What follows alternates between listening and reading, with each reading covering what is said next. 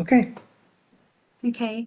Okay, fantastic. Hi everyone, I'm Ridwana. Thank you very much for joining. We are joined here by Mr. Sandhu Hira today. He is the author of Decolonizing the Mind. It's quite a big, long book, but I'm slowly making my way through it, and it's absolutely fantastic. Um, so Mr. Hira today is going to give us a lecture on decolonizing the mind or decolonizing generally and Palestine. So just to lay it out a little bit, he'll be starting off with the history of colonization of Palestine before 1948, a little bit after 1948, and take us through a few different kind of movements that have come with the colonization of Palestine. And yeah, I think that I will let him get on with it. We will be taking questions toward the end, so in the last 15 minutes. So if you have any questions, just pop them into the chat, and we'll get through as many as we can. Thank you very much, Edwina. Thank you for organizing this. Let me start with, I've prepared a PowerPoint, so I'll go through it. You have an idea of what I'm going to talk about. Now, the way I look at Palestine now is put it in the context of world history and then try to figure out where are we now in world history with the struggle in Palestine. So it's important to see how the Zionists themselves look at Palestine as a colonial project. In 1902, the founder of Zionism, Theodore Herzl, wrote a letter to Cecil Rhodes, the then Minister of Colonies of Great Britain, in which he asked him for support for the colonization of Palestine, and he wrote, "You're being invited to help make history. It doesn't involve Africa, which Rhodes personally was involved in the colonization, but the piece of Asia Minor, not Englishmen but Jews. How then do I happen to turn to you, since this is an out of the way matter for you? How indeed? Because it is something colonial." That is what Hals was saying, and regarded this whole project as a project of colonization. Now, that project of colonization obviously started well before 1948, when Palestine was still a part of the Ottoman Empire and was populated by Palestinians from different faiths, mostly Muslims. Um, and the way the British looked at it, the colonization of Palestine, was a bit different from the way they look at colonization, let's say, of India. Because when the British launched an attack against the Ottomans and captured Palestine in 1970, on entering the city of Jerusalem, British General Edmund Allenby declared, "The war of the Crusades are now complete." So in his mind, it was not just an ordinary British colony, it had a religious aspect of colonization, which is the end of the Crusades. So that element that the struggle in Palestine has a religious dimension is important to note, because many people in the global West who are secular doesn't acknowledge this religious aspect of the struggle. Now, um, the world in 1918, 1917, began to change dramatically with the Russian Revolution of 1917, where a new world order came into place. And then at that time, the United States was not a global imperial power. Britain was, along with France, and the global South was still fully colonized. So the colonization of Palestine was just part of the bigger process of colonization, which had many different forms. Settler colonialism is one of them. The wiping out of a whole population, like in Latin America, formerly Latin America, and the importation of enslaved people from Africa, indentured labor from Asia, and then rebuilding societies was another type. So there are different types of colonialism. Now, 15 years after Hell's letter, the Jewish lobby was able to successfully press the British Foreign Secretary Arthur Balfour to make the declaration on November 9, 1917, in which he announced His Majesty's government view which favored establishment in Palestine of a national home for the Jewish people and will use their best endeavors to facilitate the achievements of this object. So the colonization of Palestine didn't begin with the Nakba in 1948, but already opened the door of colonizing the land. 1917, Jews constituted 3% of the Palestinian population, and under British rule, it led to an increase of their share of 30% in 1938. Then the Zionists purchased land, uprooted Palestinian farmers with the protection of the British, took control of the economy with the support of Jewish capital in the Jewish diaspora. And this led to repeated revolts by Palestinians in 1920, 21, 29, and a big revolt between 36 and 39. And a brutal repression of that revolt by the British with the active assistance of the Jewish paramilitary forces led to almost 20,000 Arab casualties, of which 5,000 were fatal. And then, after World War II, the Zionist paramilitary forces started a guerrilla campaign against the British Army in order to establish a Jewish state, and a terror campaign against the Palestinians to expel them from their home and land. So when on May 14, 1984, they proclaimed the establishment of a Jewish state on Palestinian land, 700,000 Palestinians had been driven out of Palestine, and their houses and lands were taken over by Jews who came from Europe and the US, and people who were born and raised in New York, Amsterdam, London, or Paris went to Palestine, occupied the land and houses of Palestinians whose ancestors had lived there for thousands of years. And the current genocide has the same aim: drive out the Palestinians from Gaza and the West Bank, and then populate it with Jews.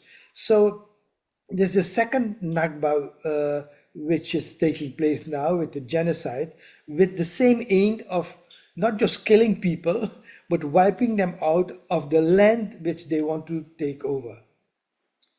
Now, between 1948 and 1979, we lived in a world which was controlled by two superpowers, and which in Western Asia, Iran was fully under the control of Western powers with the Shah. You see the rise of the US as an imperial power and the decline of the European colonial powers. Then in 1967, the war between Israel and the coalition of Arab states, mainly Egypt, Syria, and Jordan, resulted in Israel occupying the Golan Heights from Syria, the West Bank, including East Jerusalem from Jordan, and the Sinai Peninsula and the Gaza Strip from Egypt. And 300,000 Palestinians and 100,000 Syrians were expelled from the West Bank. The current war in the West Bank has as its aim to expel the rest of the population of the West Bank. Why it took 1979? Because of the Iranian Revolution, but also because of the start of a change of a new world order. First, economically, with China starting with its economic reforms that transforms China into a superpower which has become 40 years later. The Soviet Union invades Afghanistan, and obviously the Islamic Revolution in Iran, and in the Caribbean, you had the Socialist Revolution in Grenada and a small in Nicaragua, and a small revolution on the small island of Grenada. Now, the resistance in 64, 16 years after the foundation of the apartheid state of Israel, the PLO was formed to further the liberation of Palestine through armed struggle. They carried out many attacks, but the brutal response of the Zionists drove them on the defensive. They had to retreat from Israel, Jordan, and Lebanon, eventually moving to Tunisia. And even there, they were not safe, being bombarded by the Israelis in 1982. It eventually led to negotiations that were concluded in the Oslo Accords in 1993 with a two-state solution. And the two-state solution turned out to be a political defeat of the Palestinians. And that was all based on the concept that Israel cannot be defeated militarily. So you have no choice than to accept the two-state solution. And the two-state solution envisioned an independent state of Palestine along the state of Israel, but it was doomed from the very start because it was an agreement only on paper, reached after considerable pressure from the US on Israel. But Israel never wanted a Palestinian state and did everything possible to torpedo the Oslo Accords. But the Palestinians who had given up armed struggles had nothing left. So the PLO couldn't restart armed struggle, but the initiative of the resistance came from the masses, and the driving force behind it was the daily oppression and humiliation of Palestinians. And so you get the Intifada, which comes after that. But the context in which the new resistance takes place is first the end of the Cold War of Gorbachev, with the Soviet Union and US signing arms controls treaty for the elimination of intermediate range and shorter range missiles. And then Gorbachev withdraw from Afghanistan 10 years after the invasion, 1979. They withdrew support for Cuba and Nicaragua Sandinistas and the liberation movements in Angola and Ethiopia. And the Soviet Union saw its long-term interests aligned with the US and the West. Gorbachev introduced the idea of perestroika, restructuring the economy and society, and glasnost, opening up the society for public discussions, in clear contradiction to Stalin's political rule. The Soviet Union was pro-Israel and pro-West at the time, and that's the context in which the resistance had to operate. Then you get Islamic Revolution in 1979. This is a major event in world history. Khomeini defined the Islamic Revolution as an anti-colonial revolution, and they supported not only the struggle for a free Palestine, which had a religious dimension of liberating Al-Quds, Jerusalem, from Western occupation, but they also supported the struggle against apartheid in South Africa as part of the policy of social justice, struggling for social justice.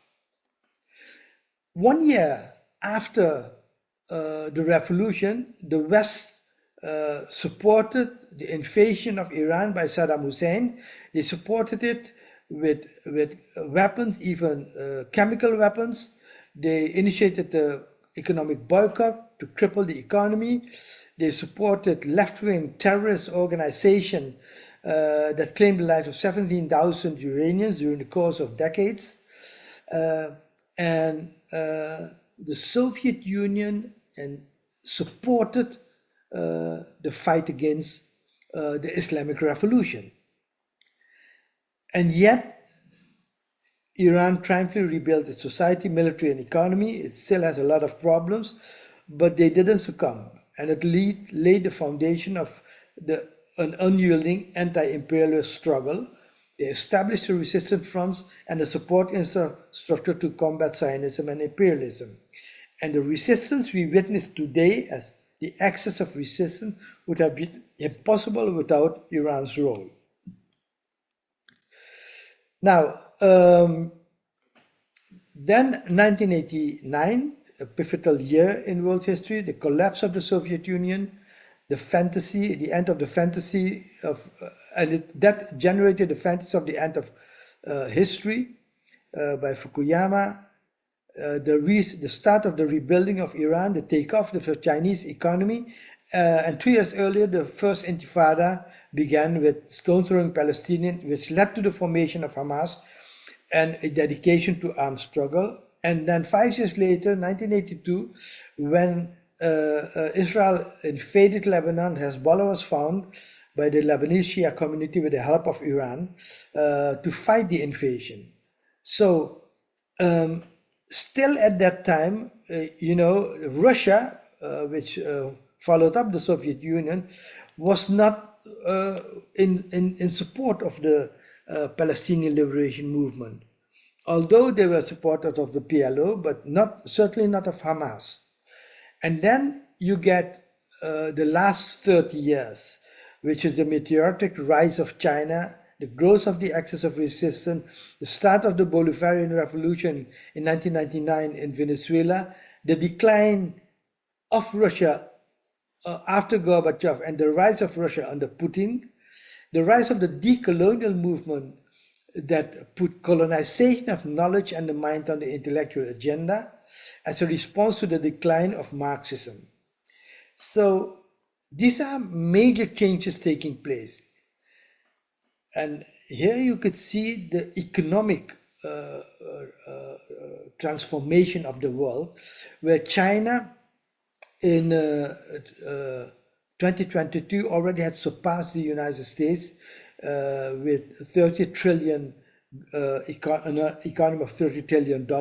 United States was 25 trillion, and then on the third place following India and Japan, Germany, Russian Federation, Indonesia are smaller economies compared to China. So China is a major economic player, and that's important to understand because the economic boycott of Iran, is being countered by their relations now with China. So what is the response of the West to their decline? The response is that they think that they can stop the decline by military means. So that's why NATO is propped up for perpetual wars. The aim is to break up Russia, which is the most powerful nuclear power. They have more nuclear weapons than the United States. They want to extend NATO to the east as a instrument of breaking up Russia. In Western Asia, they fortify Israel as the most important military power. They wanted to isolate Iran through the threat of radical Islamic nuclear power. And mind you, on that level, China and Russia supported the West. And they were part of the Joint Comprehensive Plan of Actions to limit Iran's nuclear program. And obviously the use of economic boycott. That's the response of the West. But if you look at the effect of it here, oh yeah, another important element before I move forward. So prop up the military power, bribe the Palestinian Youth Authority to crush the new resistance of Hamas and Islamic Jihad and whatever you have there. Use the Abraham Accords to push Palestine from the international agenda and build a ring of Arab support for the Zionist apartheid state by, the family dictatorships in the region. And that would be the final defeat of Palestinian resistance. That was the strategy. And then it went wrong. Why? First of all, it went wrong internationally.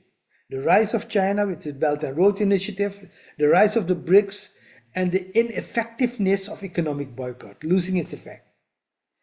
Then Russia reached a limit in accepting the eastward expansion of NATO, so in February 2022, the war in Ukraine starts. And the massive reaction of the West to the Ukraine wars makes it clear Russia has to be broken down in its military strategic defeat, and Russia now realizes the West is not an alternative, they have to look to the East. And that has big implications for Palestine. But turning to the East means turning to China, India, and Western Asia, where Iran is a regional power, and ultimately the turn towards BRICS, which was founded in 2006, but became important, really important since 2022. So, and the last meeting in Kazan was a major turning point because there the structure was laid down for a new world order on many different places, not only economically, also military, politically, and culturally. So the West is fighting now two wars, one in Ukraine and one in Western Asia. And they are preparing for a third front, which is a military struggle with China around Taiwan. The economic struggle is around BRICS, but what they had, the G7, the G20, has not has no power anymore compared to the BRICS. You know, the economy of Italy, which is part of G7, is nothing compared, to the economies of Russia even. The political struggle about whether UN should be replaced by other international body is on the agenda. And the meeting in Kazan this week, this last month, put on the agenda the cultural struggle, which is the education and the media and the colonization of the mind. Is there on the agenda. Now, how does this context impact the liberation struggle in Palestine? We see the major shift where Russia would never support Hamas, until now are critical of Hamas. Iran, which was seen as an Islamic theocracy which they wouldn't have relations with, and it took decades. Only the past 3 years, they are working together now with Iran on the military field. China is very much involved now. China has been instrumental in bringing Saudi Arabia and Iran together. Formally, however, both Russia and China view Palestine, the end solution in Palestine, through the mirror of the two-state solution. But there are changes taking place. Russia is still under influence of the Zionist lobby more than China, but China is much on the line of talks to solve all problems, and they were successful in the case of Saudi Arabia and Iran. And then comes October 7. October 7 shattered the whole strategy of the West to isolate the struggle in Palestine, put the Abraham Accord central on the agenda of rebuilding Western Asia. That is gone. The military superiority of Israel is gone. They couldn't prevent October 7, which was on a scale that they never thought would have been possible, with thousands of people killed by the resistance. And the response of Israel is genocide, because now it sees it's a struggle for survival. They are supported by Western government, but in the eyes of the overwhelming majority of the globe, they are more and more isolated. So their final solution is destroy the axis of resistance, destroy the head of the octopus, as they call it, which is destroy Iran. And the only way to destroy Iran is to use nuclear weapons supported by the US. And that is all in the making now. What is the strategy of the axis of resistance? It's a long-term strategy. It's a strategy that was based taking note of the changing world order. The basic strategy is to get Russia and China against the US, which was much easier after the invasion in Ukraine. But under Gorbachev, this was impossible. The second pillar was the unification, to unite Muslims for the liberation of Al-Quds. This is the religious part of the struggle, to liberate a holy place of Islam. And in order to do that, you have to believe that Israel can be defeated militarily.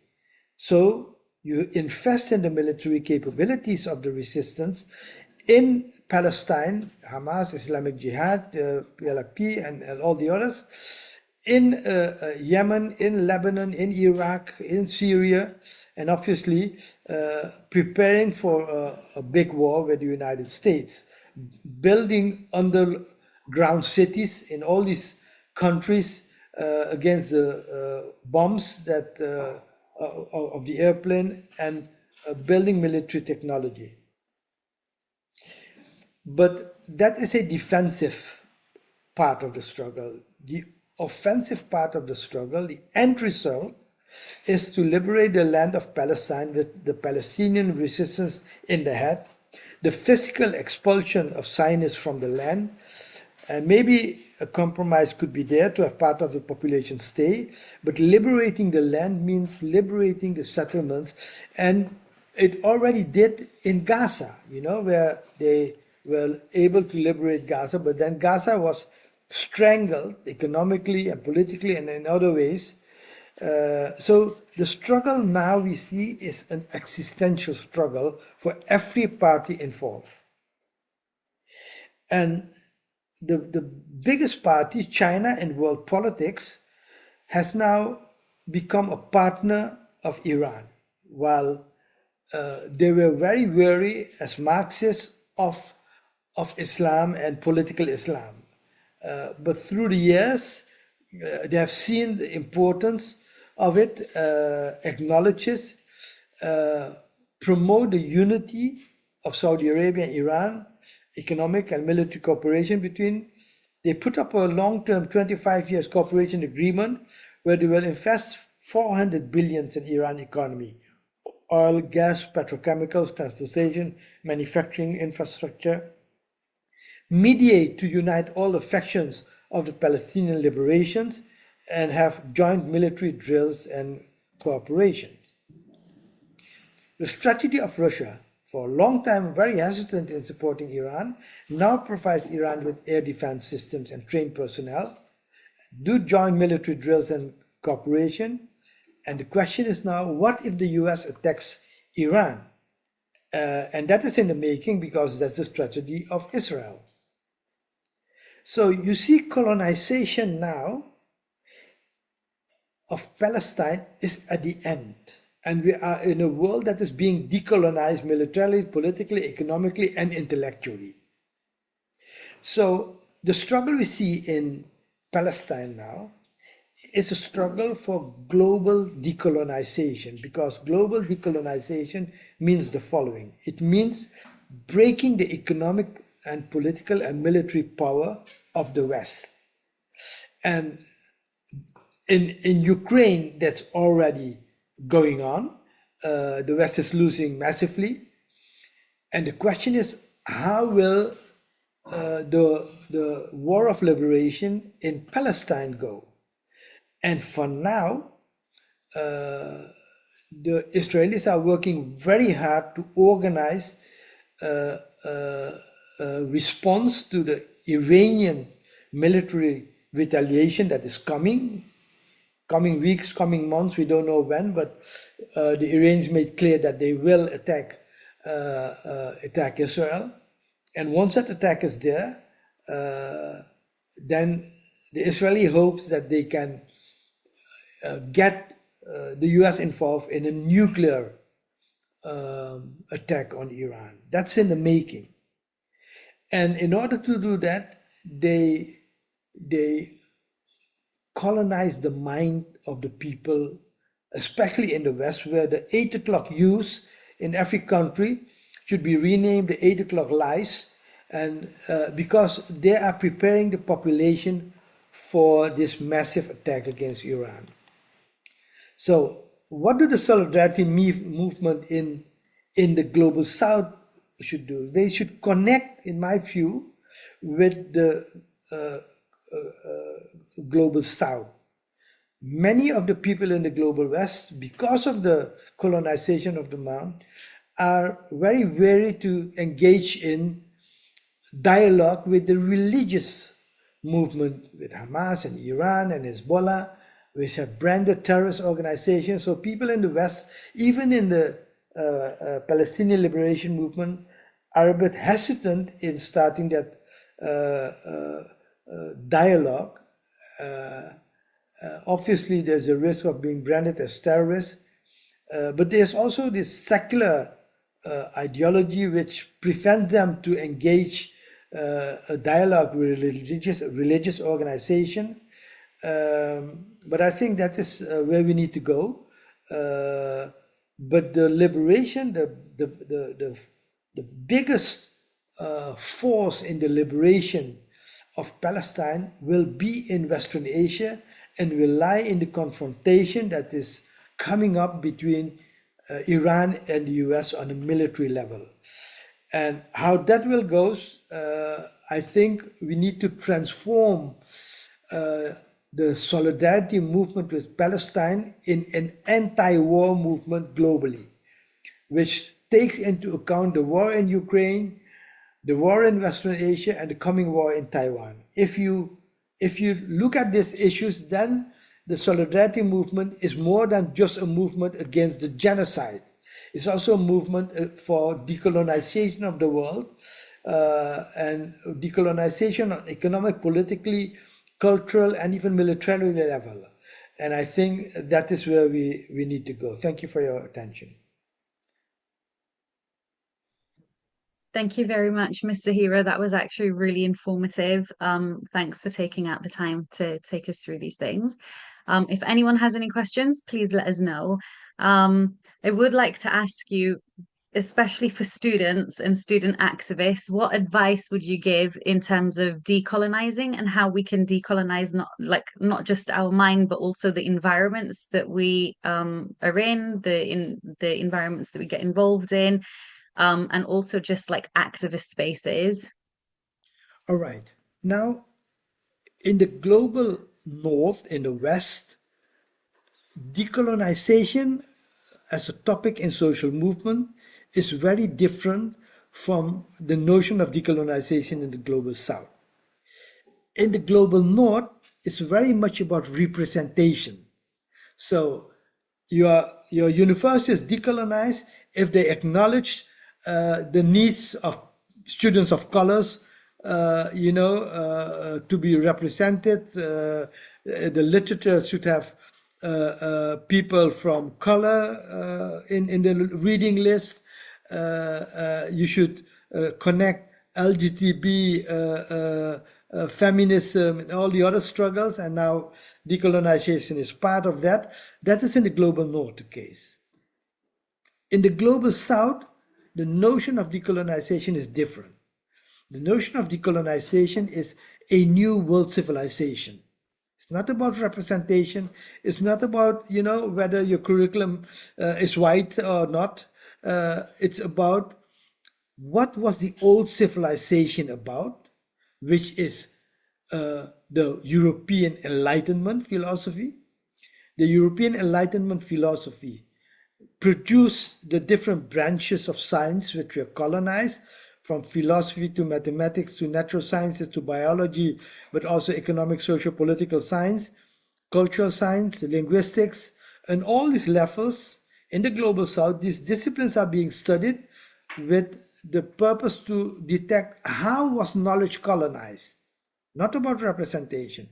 And then say, okay, if that's the basis of an old colonial civilization, because knowledge is the basis of civilization. If you want to characterize a civilization, Islamic civilization is based on Islamic, knowledge, Quran, Hadith, the jurisprudence there. The Chinese civilization on the work of the knowledge produced by Chinese philosophers. So knowledge is a base for civilization.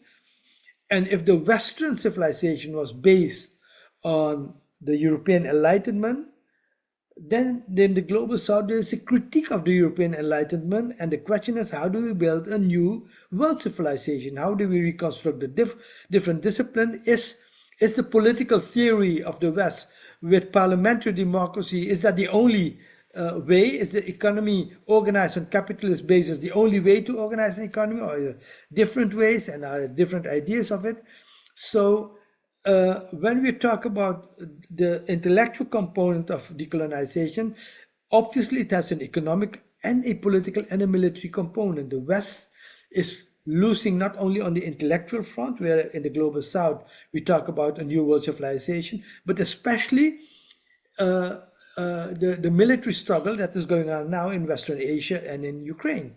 So that is how these things are connected. And I think that when students want to get involved in decolonization, they have to see the bigger picture, and not only the representation aspect of decolonization.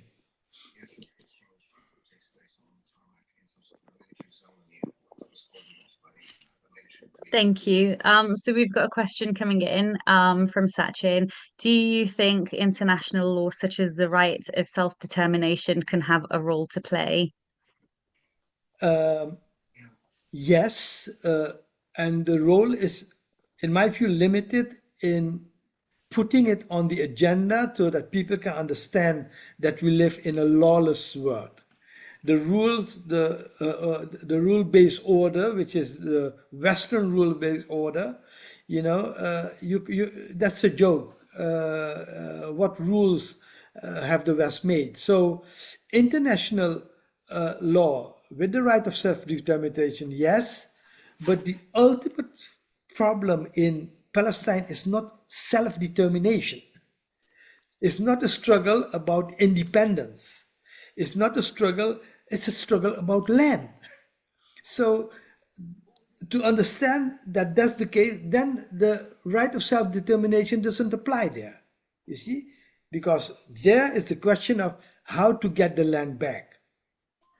So, on the light of genocide committed by Israel, supported by US and the Europeans, do you think that Arab and Muslims have any role to play, taking into consideration the government of uh, enjoying the defeat of Hamas? And yes, now this is a very interesting question because you have to understand the intentions of the family dictatorship, as my friend Mohammed Marandi is calling all these, governments in Saudi Arabia and Qatar and others. Uh, their idea, they are not in favor of a independent Palestine. They're not in favor, you know, but they have pressures of their populations. And the question now is, with the longer the genocide takes place, the longer the anger is boiling in those populations, and you don't know when it will spark into a wider conflict within their own country. So, what you see is that MBS, for example, of Saudi Arabia, recently condemned the genocide after a year that it occurred. You know, and why? Not because his mind changed, but because he's assessing the change that is coming in the confrontation between Iran and the US, which is brewing now. And they see that in that confrontation, China, which is a big economic partner of Saudi Arabia, and Russia are supporting Iran. So the question is there security for the long term better off with the alliance of the US, or is it better off with the alliance of China, Russia, and Iran? This is not about, you know, ideological consideration. This is about practical politics for them. So I think that the fact that these family dictatorships, step by step, are moving away from the West tells you that in the final confrontation, which we'll see in coming months, they might switch and support the resistance, and which is a good thing. You see? Okay. Can you tell us what your view is on Iran siding with Assad regimes in Syria to crush progressive uprising? BRICS really effective in the liberation? Let me take one. Let me take first the first question. Now, politics is not a neat thing where everything goes like in an ideal sphere, you know. Um, when the uprising in Syria occurred, the uprising was very soon supported by the West. So it was not just an uprising of the populace, it was an uprising that began against protests as in many other countries and then eventually supported by the West. And militarily, you know, they supported Al Qaeda and ISIS to topple the regime, the government in Syria. So, in my view, is this: if the government in Syria was toppled, the liberation of Palestine would be much farther away than we are now. So the fact that Syria is still there is very important because Syria is a gateway in the support of Palestine. That doesn't has anything to do whether you like Assad or not, because politics and international politics and liberation is not about liking people and persons and individuals. So I think that uh, uh, the fact that the West was defeated, not totally because they still control part of Syria, was a good thing for Palestine. Is BRICS really effective? Another means of regime survival strategy of authoritarian regimes. Well, BRICS as an economic power is increasingly effective. And how do we see that? Practically in all the institutions that are being built with BRICS. First of all, obviously, is the BRICS Development Bank, which is being a competitive of IMF and which is geared toward building infrastructure in the different countries of the global south. And it was founded in 2006, and we live now in 2024. For almost 2 decades, it was not that much effective. But with the changing global world order, it's becoming increasingly effective. The fact that they are now building the alternative for SWIFT banking system, which is already operating now, the fact that they have a lot of inter-trades.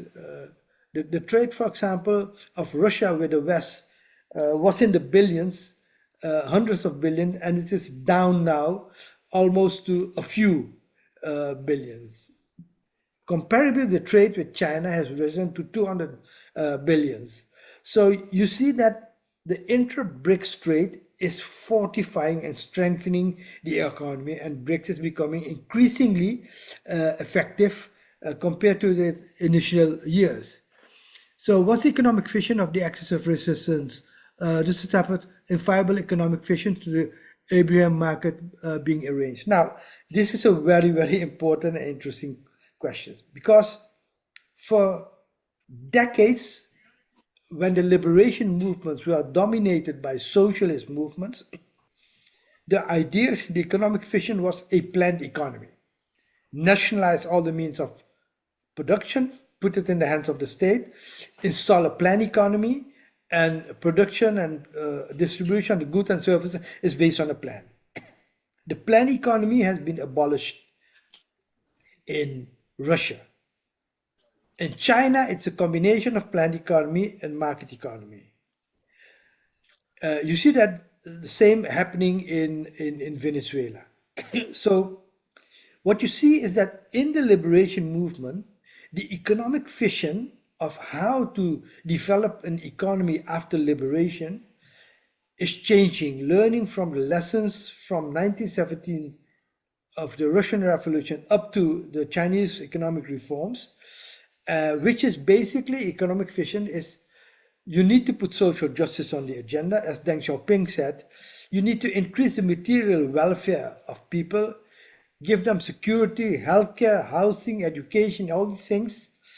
And what the best way to do is depending on the specific country, of its resources, its history, its traditions, its institutions, and in some case it is more planned economy, in some case more market economy. In the case of the Islamic countries, there is an Islamic economic theory for since the start of Islam 1400 years ago, and this is very well developed Islamic economic theory that puts social justice as the basis. But not every Islamic government operates on that basis. They just adapt, take over neoliberal policies. Sometimes they give it even an Islamic code. But in the theoretical construct of Islam, social justice is on the basis of economic theory, while in the West, scarcity and efficiency is the basis of the economic theory. So I think that there is much influence in many of these countries of the economic theories of the West, Their economy often operates on neoliberal theories, but I think that if they go back to Islamic economic theory and adopt the social justice component of it, then they could make sense. Okay, the next one. Can you tell us your thought about having hope that the strategy of the solidarity movement will be effective and justice can prevail? What narratives can you reveal of the strength of the resistance? Well, first, the resistance in Palestine itself. It is after 1 year of continuous bombardments, of killing the leadership of Hamas and Hezbollah. And yet, every day, Hezbollah is bombarding Israel with drones. The Israelis haven't been able to enter Lebanon as they had projected that they would do very quickly, destroy Hezbollah. The fact that Hamas is still alive and operating, the hostages has, sorry, has not been released. Sorry, these are indications of the strength of the resistance. The resistance has not been beaten. Hezbollah, which suffered a major loss with the martyring of Said Nasrallah, is still there and still showing their strength. So yesterday, Yemen bombarded an American ship.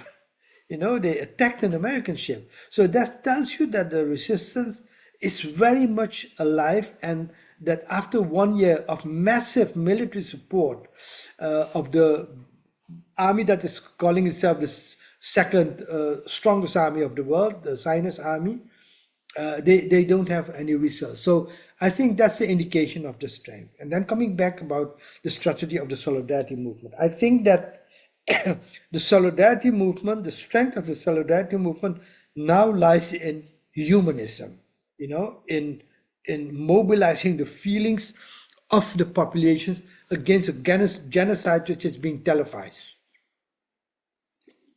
This is an important achievement of the solidarity movement in the global north, in Europe and in the United States.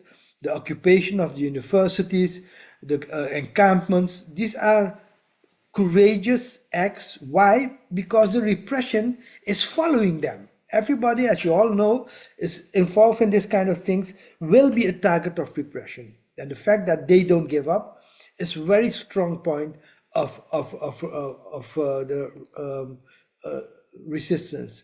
I think the weakness is the lack of the link between the global south and the global north, and also the content of what is the struggle in Palestine about. That you understand that's not just about stopping the genocide and having a peace agreement. It's about liberating the land, and you have to acknowledge that there's a religious aspect of it, liberating Al-Quds and creating an environment where Jews, Christians, and Muslims can live together, in all those holy places. And I think that's a kind of conversation. When we go into that conversation, we go into decolonizing knowledge, because then you go into the relation between secularism and religious thought and civilizational things. Do you think we'll see liberated in our lifetime? What does decolonized world look like? Now, the first question is, it depends how old you are. I think somebody who is now in his teen might very well see it.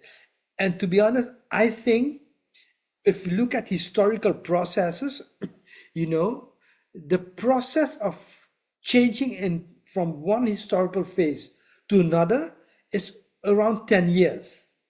If you see, for example, in many of the major transformation in the world, in the United States, the Civil War that lasted less than 10 years, but it did take 10 years before they transitioned to an apartheid system, which was another thing. The civil rights movement, already almost 10 years.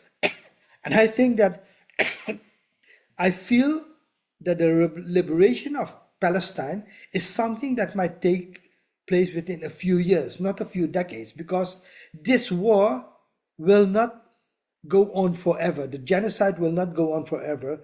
All the killings that is going on is the preparation for a major confrontation that is in the making. And the question is, how will that major confrontation that might take place in months to a few years, but not in decades terms, how will it look like? And as I see it now, we might be in for a surprise with the election of Donald Trump. On the one hand, Biden and Trump support Israel fully. On the other hand, Trump is very, you can't calculate what he will do when the going gets tough. Would he want to engage in a nuclear war while at the end of the day he wants to retract from war? He wants to focus on fighting the economic war against China. That is the focus of all the intellectual elite in the United States, but they didn't dare leave Israel. So the question is, how far will his support for Israel goes? Will it go to the extent that he think I will do a nuclear attack on Iran, or would he say, that's something I don't want to go into?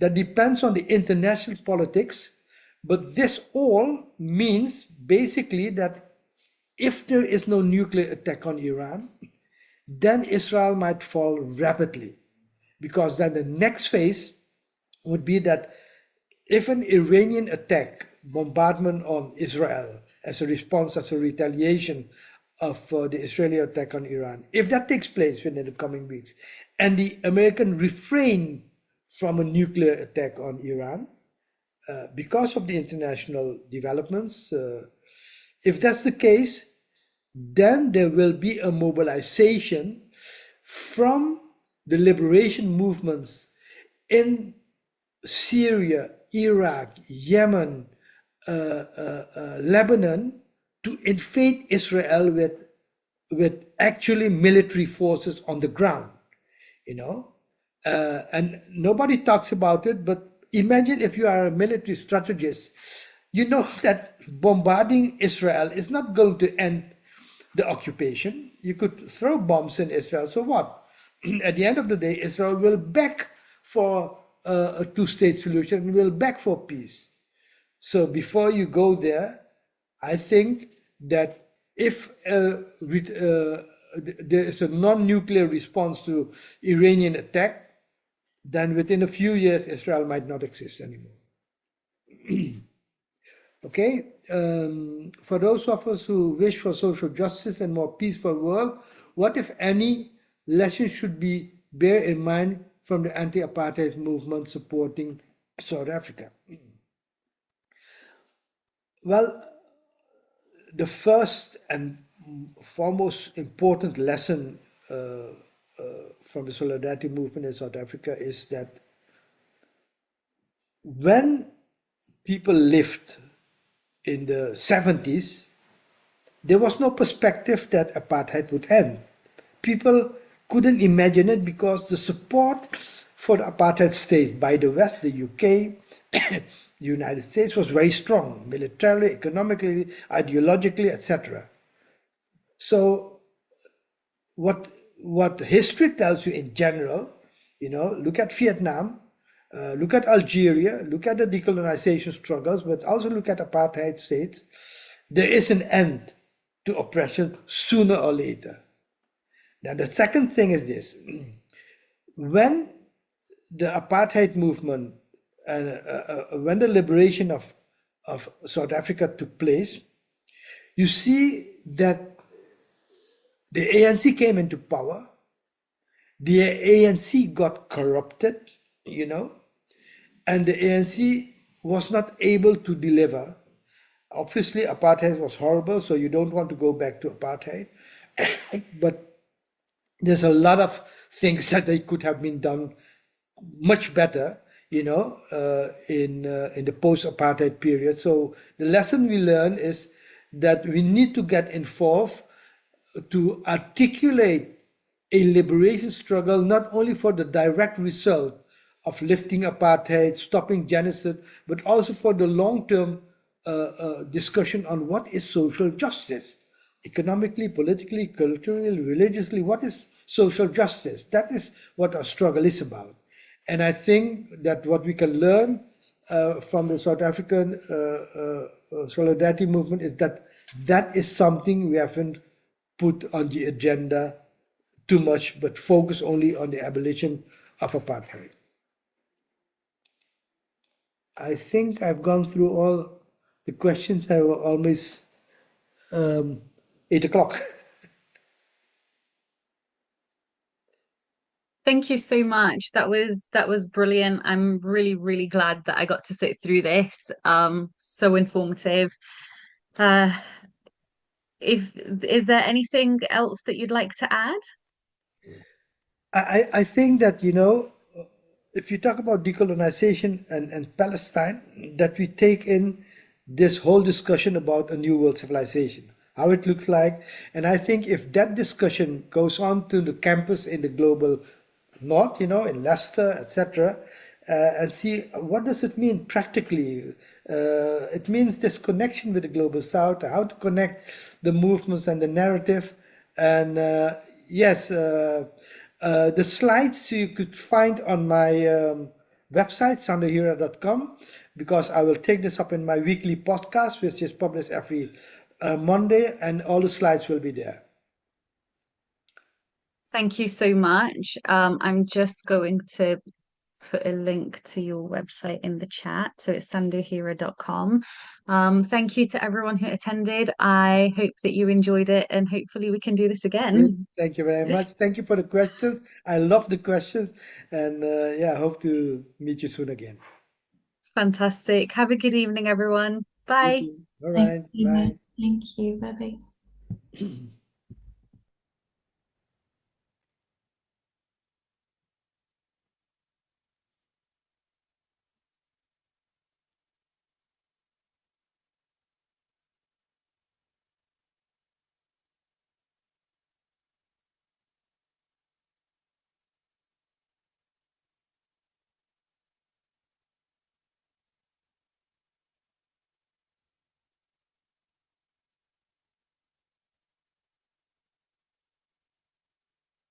Mhm.